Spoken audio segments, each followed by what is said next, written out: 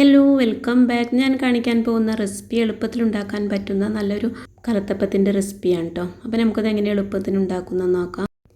2 cup പച്ചരി 4 മണിക്കൂർ കുതിർത്തി വെച്ചിട്ടുണ്ടായിരുന്നു കേട്ടോ.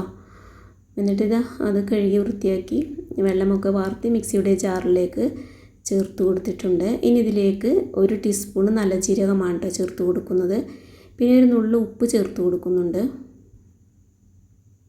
പിന്നെ ആവശ്യത്തിന് വെള്ളവും ഒഴിച്ചു കൊടുത്ത് ബ്ലെൻഡ് ചെയ്തെടുക്കാം. ഒരുപാട് വെള്ളം ഒഴിച്ചു കൊടുക്കരുത് കേട്ടോ. ഒരു 1.25 കപ്പൊക്കെ വെള്ളമാണ് ഞാൻ ഒഴിച്ചു കൊടുത്തിട്ടുള്ളത്. എന്നിട്ട് ഈ ഒരു പരുവത്തിലാണ് അരച്ചെടുക്കേണ്ടത്. ഇനി നമുക്കൊരു പാത്രത്തിലേക്ക് ഒഴിച്ചു കൊടുക്കാം. ഇതിലോട്ട് മധുരത്തിന് ആവശ്യമായിട്ടുള്ള ശർക്കരയൊന്ന് മെൽറ്റാക്കി എടുക്കണം. അപ്പോൾ അതിനായിട്ട് ഞാനൊരു 3 അച്ച് ശർക്കരയാണ് കേട്ടോ എടുത്തിട്ടുള്ളത്. ഇതൊന്ന് കഴുകിയിട്ടാണ് മെൽറ്റ് ചെയ്യാൻ വെക്കുന്നത്. എന്നിട്ട് അതിലേക്ക് ഒരല്പം വെള്ളം ഒഴിച്ചു കൊടുക്കാം.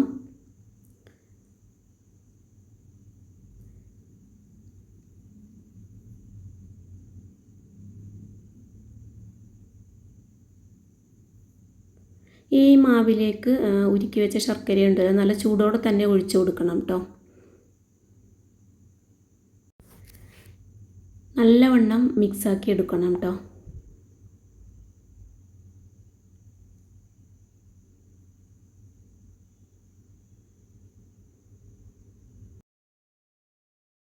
ഇനി ഇതിലോട്ട് ചേർത്ത് കൊടുക്കാനായിട്ട് തേങ്ങ ഒന്ന് വറുത്തെടുക്കണം. അപ്പോൾ അതിനായിട്ട് ഞാൻ 2 ടീസ്പൂൺ നെയ്യാണ് ഒരു പാനിലേക്ക് ചേർത്ത് കൊടുക്കുന്നത്.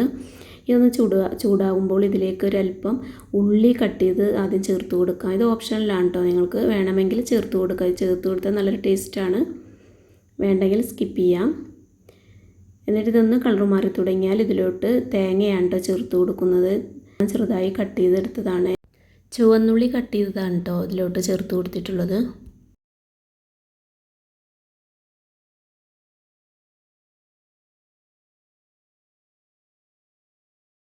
ഇതൊന്ന് ചെറുതായിട്ട് കളർ മാറി തുടങ്ങിയാൽ ഫ്ലെയിം ഓഫ് ചെയ്തിടാം.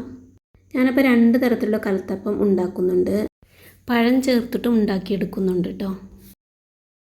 അപ്പോൾ അതിനായിട്ട് ഞാനിത് ആ പാനിലേക്ക് തന്നെ നെയ്യ് ഒഴിച്ച് കൊടുത്ത് ഒരു ചെറിയൊരു പഴം, നല്ല പഴുത്ത പഴം എടുക്കണം കേട്ടോ. ചെറുതായി കട്ട് ചെയ്തിട്ട് ഇതൊന്ന് കട്ടിയെടുക്കാം.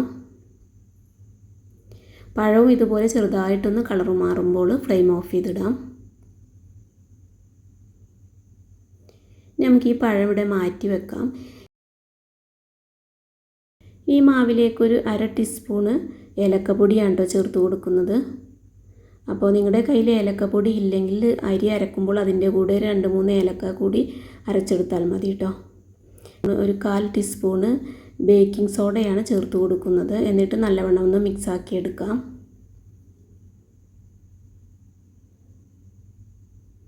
ഇനി വറുത്ത് വെച്ച തേങ്ങയുണ്ടല്ലോ, അതും കൂടെ ചേർത്ത് കൊടുത്ത് നല്ലവണ്ണം ഒന്ന് മിക്സാക്കി എടുക്കണം. ഞാനിപ്പോൾ കലത്തപ്പം ഉണ്ടാക്കുമ്പോൾ ഇത് വറുത്ത് തേങ്ങ മാവിൽ മിക്സാക്കിയിട്ടാണ് കേട്ടോ ഉണ്ടാക്കിയെടുക്കാറ്. ഈ ഒരു കലത്തപ്പം ഉണ്ടാക്കിയെടുക്കുന്നത് ഇതുപോലത്തെ ഒരു ഇരുമ്പ് ചീനച്ചട്ടിയിലാണ് കേട്ടോ, കുക്കറിലല്ല. അപ്പോൾ ഇതിലോട്ട് ഒരു 1.5 ടീസ്പൂണ് വെളിച്ചെണ്ണയോ റിഫൈൻഡ് ഓയിലോ ഒഴിച്ചു കൊടുക്കാം കേട്ടോ. എന്നിട്ട് ഇതിലേക്ക് ചട്ടി നല്ലവണ്ണം ചൂടാന് ശേഷം ഒരു തവി മാവ് ഒഴിച്ച്, ഒന്നോ ചെറിയ കയ്യിലാണെങ്കിൽ 2 തവിയോ ഒഴിച്ചു കൊടുക്കാം കേട്ടോ. എന്നിട്ട് ഇതൊന്ന് അടച്ചു വെക്കണം. ലോ ഫ്ലെയിമാക്കി അടച്ചു വെക്കണം. ഒരു 10-15 മിനിറ്റ് ആകുമ്പോൾ ഇത് നല്ലവണ്ണം പൊങ്ങി വരും കേട്ടോ. ഇനി നമുക്ക് എല്ലാം ഇങ്ങനെ ചുട്ടെടുക്കാം.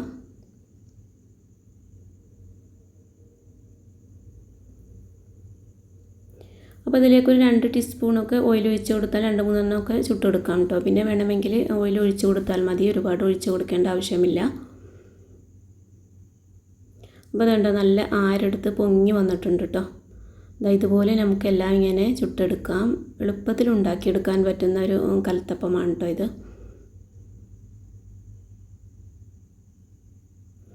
ഞാനിപ്പോൾ പഴം വാട്ടി വെച്ചിട്ടുണ്ടായിരുന്നല്ലോ, അപ്പോൾ അതും ഇടയിൽ പഴം ഇട്ട് കൊടുത്തിട്ട് ഇങ്ങനെ ഉണ്ടാക്കിയെടുക്കുന്നുണ്ട് കേട്ടോ.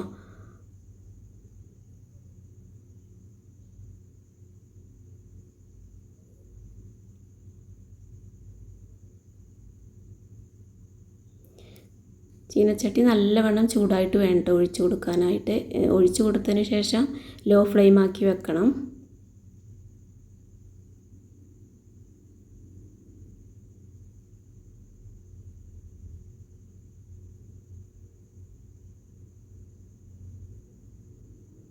രണ്ട് സൈഡ് ഭാഗമൊക്കെ മുരിഞ്ഞ നല്ല ടേസ്റ്റി ആയിട്ടുള്ള കലത്തപ്പമാണ് കേട്ടോ ഇത്. ഇനി ഞാൻ ഈ ഒരു തവി ഒഴിച്ചതിലേക്ക് പഴം വാട്ടിയതാണ് കേട്ടോ ചേർത്ത് കൊടുക്കുന്നത്. എന്നിട്ട് ഇതൊന്ന് അടച്ചു വെച്ച് ഇതുപോലെ ലോ ഫ്ലെയിമാക്കി വെക്കാം. കുട്ടികൾക്കൊക്കെ ഉണ്ടാക്കി കൊടുത്താൽ നല്ല ഇഷ്ടമാവും കേട്ടോ പഴമൊക്കെ വെച്ചിട്ട്.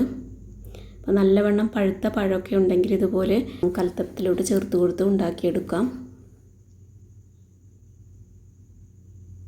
അപ്പോൾ ഇതുപോലെ ട്രൈ ചെയ്ത് നോക്കാത്തവരുണ്ടെങ്കിൽ ഒന്ന് ട്രൈ ചെയ്ത് നോക്കുക. അപ്പോൾ നല്ല ടേസ്റ്റാണ്. ഇനിയിപ്പോൾ നിങ്ങൾക്ക് തേങ്ങക്ക് പകരം പഴം ചേർത്ത് ഇങ്ങനെ ഉണ്ടാക്കിയെടുക്കാം കേട്ടോ.